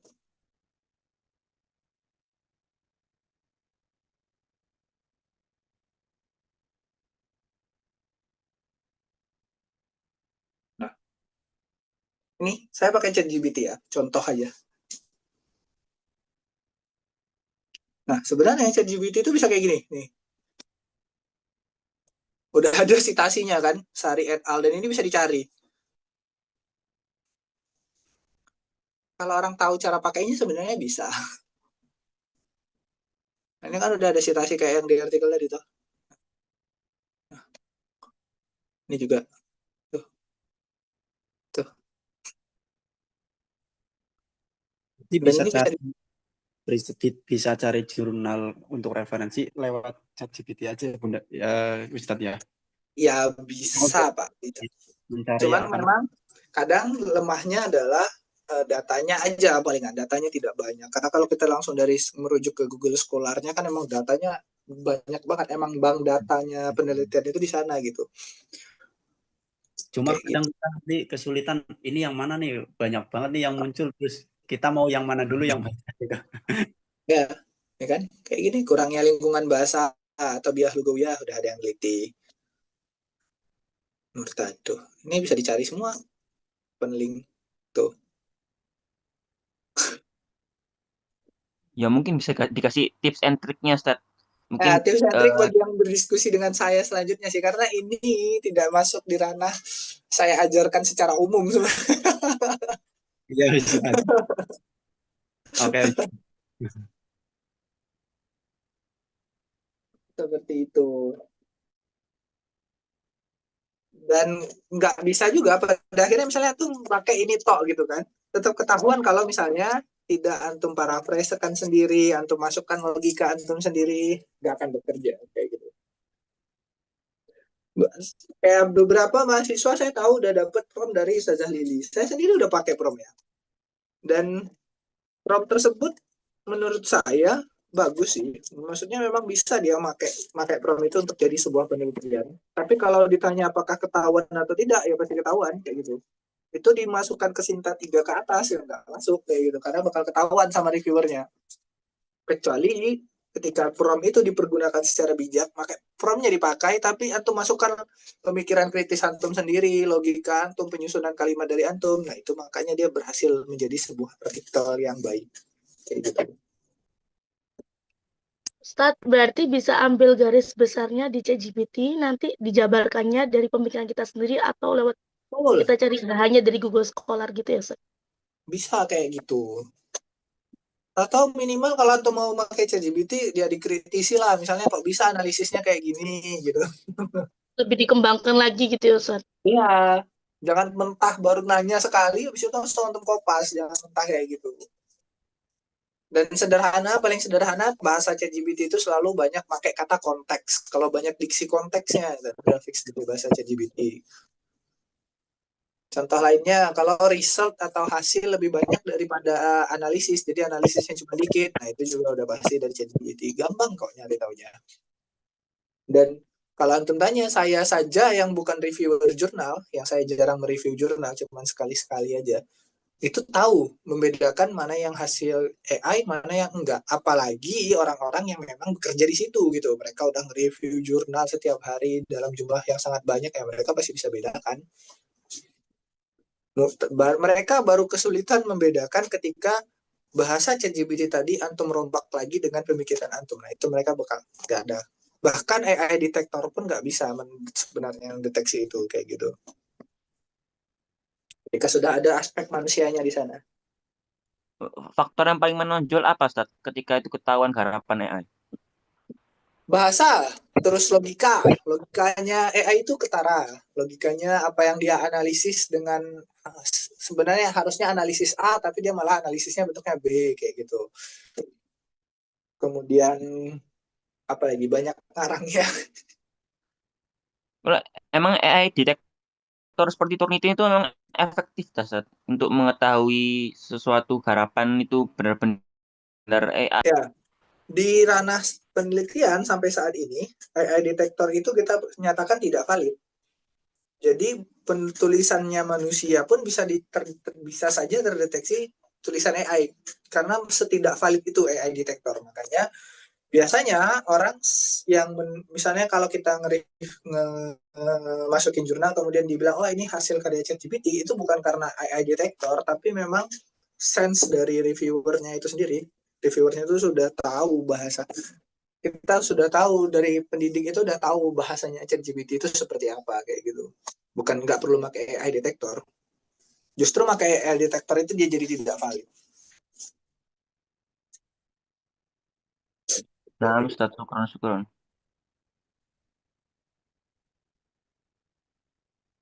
Sudah ya, udah jam 10 antum besok gak bangun sahur ya. Kita lanjut pertemuan di besok hari di jam yang sama 20.30. Saya akan jelaskan apa saja struktur dari artikel ilmiah. Kemudian kalau kita akan diskusi soal struktur artikel ilmiah, apa aja sih yang harus ditulis ketika membuat artikel ilmiah tersebut. Mungkin di hari terakhir sih kita coba drafting artikel seperti itu. Nah, Ustaz. Kalau ada yang mau ditanyakan atau belum sih kurang jelas, nanti insya Allah materi saya kirim di grup juga. Nanti bisa ada yang mau ditanyakan juga boleh tanya saya pribadi atau tanya di grup juga boleh seperti itu. Mafhum G? Nah, Ustaz, syukran, Ustaz. Maklum Ustaz, syukran ilmunya Ustaz. Lagi untuk yang masih dekat-dekat sini yang bisa bertemu, kalau mau konsultasi langsung saya persilahkan, atau untuk mau konsultasi cari waktu lewat Zoom juga boleh. Saya free kan, antum juga free kan selama puasa ini sampai 30 Maret seperti itu. Jadi syukran ala hudurikum. Wassalamualaikum warahmatullahi wabarakatuh. Waalaikumsalam warahmatullahi wabarakatuh. Assalamualaikum warahmatullahi wabarakatuh. Syukran jazira.